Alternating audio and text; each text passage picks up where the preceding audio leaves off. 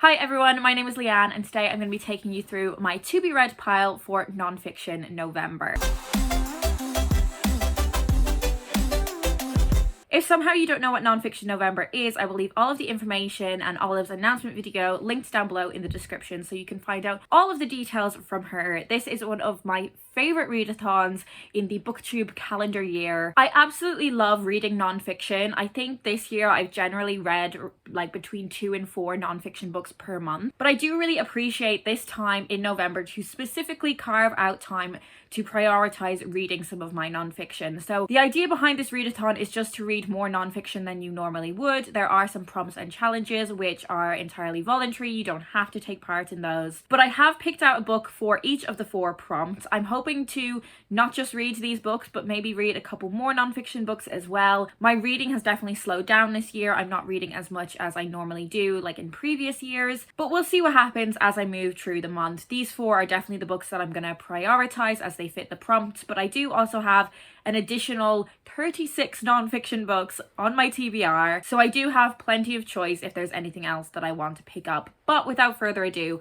let's get into the prompts and the books. I think I struggled more with the prompts than I normally do. Like, I think in previous years I've had a lot more sort of options for wanting to read like multiple books for the same prompt, and I didn't really experience that this year when I was looking at the prompts. But then again, I didn't take too much time to kind of think about the different interpretations of the words. I'm sure as I watch other people's TBR videos, it's going to come to me more different ways to interpret these words, and as we move through the month I might incorporate some other books into my reading. But the first prompt was the word record, and I have chosen to read In Black and White by Alexandra Wilson. This is a book about the justice system, the flawed justice system in the UK, particularly from the perspective of a barrister who is both black and a woman. It's about Alexandra's journey into this profession, what led her to choose this career path, and the challenges that she's faced along the way. And while we're reading this, we're also learning about the criminal justice system in the UK, which I think is something that's really important to stay informed about, particularly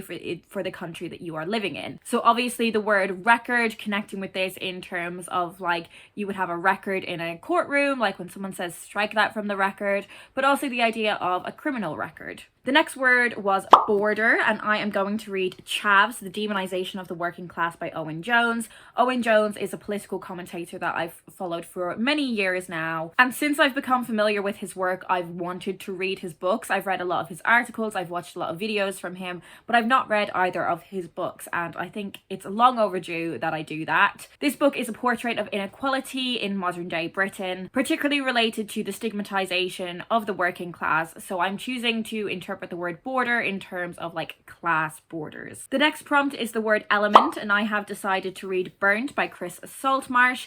This is part of Pluto Press's Outspoken series, which is a series that I've spoken about multiple times on the channel. Pluto Press are one of my favourite radical publishers, and this is a book all about fighting for climate justice. The climate crisis is something that I've gradually become increasingly informed about over the past year or two, and this is connected to elements in terms of like earth, wind, fire, water. Obviously all of those things are affected by the climate crisis. And the final prompt is secret, and I'm interpreting this quite literally. With that prompt being a word in the title of this book, and that is A Secret Sisterhood by Emily Midorikawa and Emma Claire Sweeney. This also has a foreword by Margaret Atwood, and it is about the hidden friendships of Jane Austen, the Bronte sisters, George Eliot and Virginia Woolf. This book looks at a series of sources from all of these writers, letters, diaries, documents, etc., some that have never been published before, and it's not about the friendships between these writers, but the friendships that these writers had with other women. I already know I'm gonna read into this as like they weren't just friends, like this is a gal pal situation. I'm looking for secret lesbians, but I think it'll be really interesting to find out more about the lives of these women. I have read books from all of these women. I haven't read their complete works, but you know,